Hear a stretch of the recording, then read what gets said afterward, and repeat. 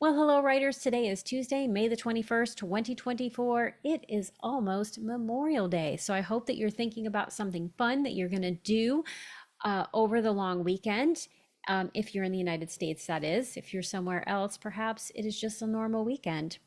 But regardless, we are going to continue our study of Lisa Cron's book, Wired for Story, in this week's edition of my newsletter.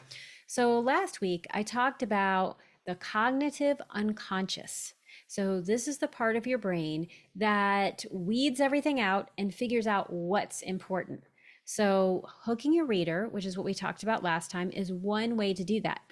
Once you've hooked your reader, you have to capitalize on that by keeping your story focused.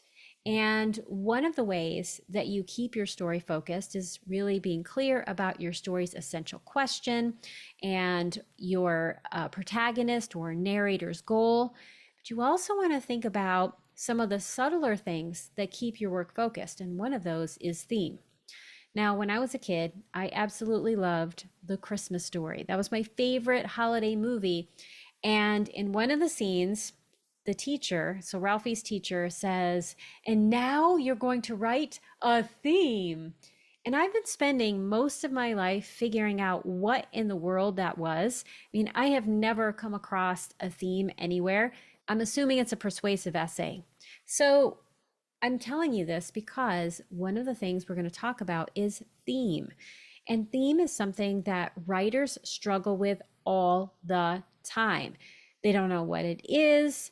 They don't know how to include it. And many times when people include a theme, they think in generalities and then they try to hammer it home as if they're saying on the page, breaker, breaker one, here's the theme. Let me show you how it works. And then they do that over and over again. And what happens is that instead of having the theme enhance your work, it takes away from it and it feels hackneyed.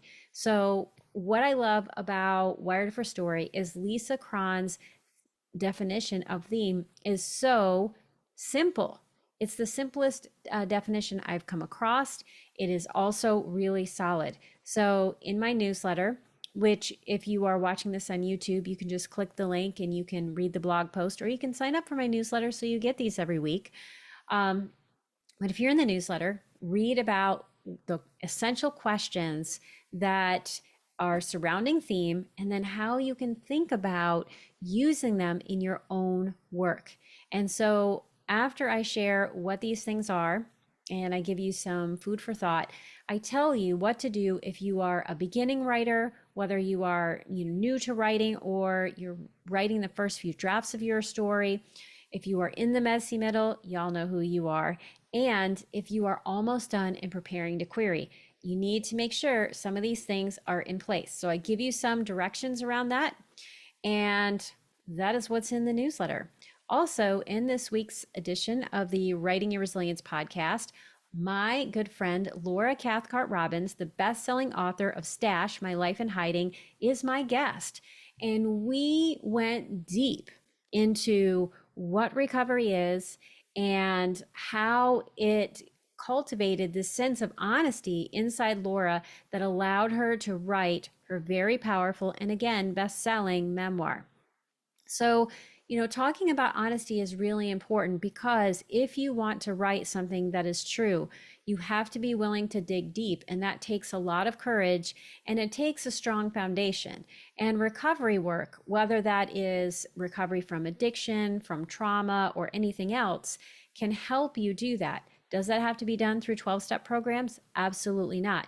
But in this podcast episode, I talk about the ingredients you want to put together so that you can have a powerful recovery experience and something that you can wrap around yourselves. Also, I want to let you know about this amazing retreat that I am going to be a part of in October. And this is the Writing to be Read retreat that is happening at the Omega Center in New York. So I'm going to be getting together with a bunch of incredible writers. Many of them are from Medium. And we're going to have this fabulous time at the Omega Center. We're taking it over. And there are going to be so many great sessions. Whether you are a fiction writer or you are a nonfiction writer, you're going to get something that will help you not just generate material while you're there, right? So we're going to be teaching a lot of sessions that help you write in the moment, but you're also going to come away with a bunch of tools that you're going to take back to your writing desk that are going to help you be a better writer and get your work published. So if you want to take part in this, I will share the link. The link is in the newsletter. It is also in the YouTube description if you are watching this on YouTube. And I hope you check it out because it would be a lot of fun to spend time with you and to work with you in person.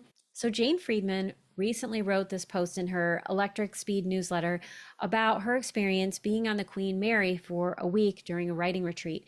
And one of the things she talked about in terms of the difference between a writing retreat and these short interactions we have in a maybe a 1 day class or something that's over really quickly is that there can be a lot of pressure to quickly get your questions answered, and that can feel like a lot of pressure on the part of the writer, on the part of the presenter, and neither person gets to know the other person in an intimate way that truly leads to a meaningful conversation about what you're really interested in.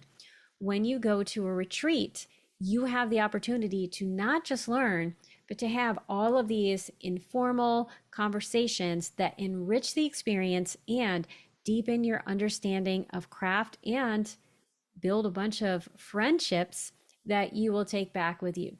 So, again, I hope that you will consider that. And I just want to thank you, as always, for showing up to my writing community, for participating. Many of you sent your favorite lines in. Thank you very much. And also for showing up to your life.